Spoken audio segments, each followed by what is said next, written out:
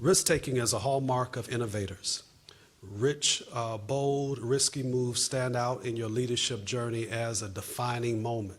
We just heard one from Lorna. What safety nets or contingency plans, if any, did you put in place to manage the potential fallout? All of you all have had some kind of risk that you took on behalf of your family, on behalf of your calling, your profession. What safety nets, if any? I know Al has a story. He has this mantra. I can't call it right now. I think you might know what I'm talking about. But what are some safety nets that you put in place? Say it doesn't work out. Do you want to say your safety net mantra first? No.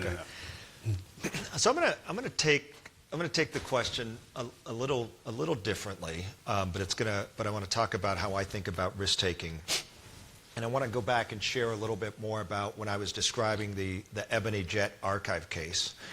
And you remember what I said is that was a Chicago-based, intellectual property-focused bankruptcy proceeding.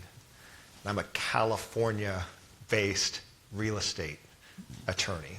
So I got nothing to do with this. The issue was, I don't always talk about this, but with this group, the issue was, at the time, I was the only African-American partner at the firm.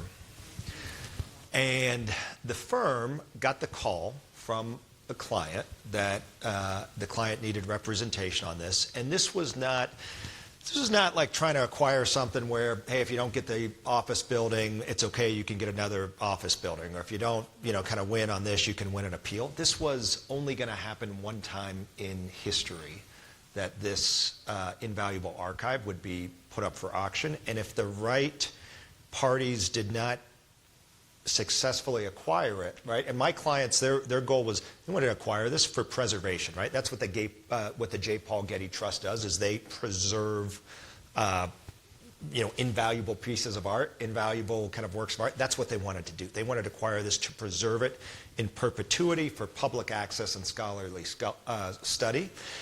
And some of the other people bidding at the auction, right, were interested in the images for marketing. They want to, take some iconic photos, sell some, some tennis shoes, and who would know what would happen with the rest of the archive. So this was not, like, the margin for error on this was zero.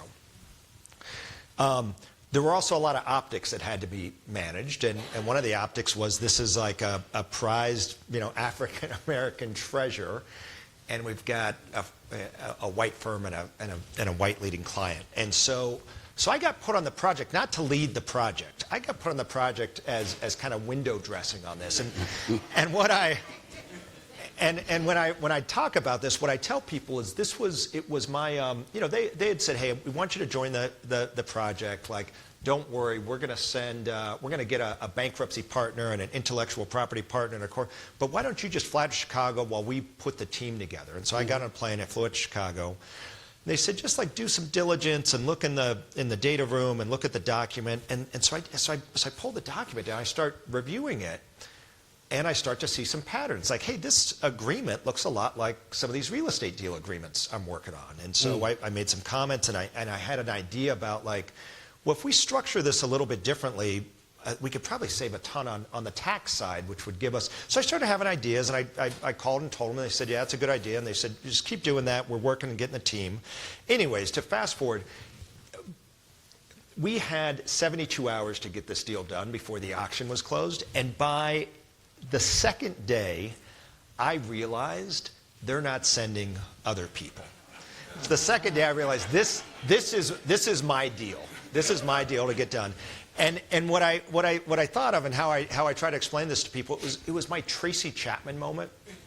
I don't know if people know this about Tracy Chapman, but she dropped her first album, 1988, sold like 200,000 copies. She had never, she performed, actually, going back to Harvard, she performed like Harvard Square, like coffee shops in Cambridge and Boston.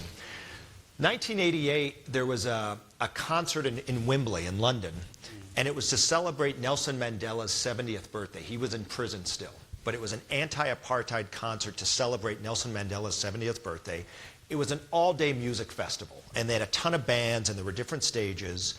and like U2 performed, and like UB40, and Stevie Wonder was going to headline. Tracy Chapman had been invited, and she played at 3 o'clock in the afternoon at like a far peripheral stage. She did 3 songs.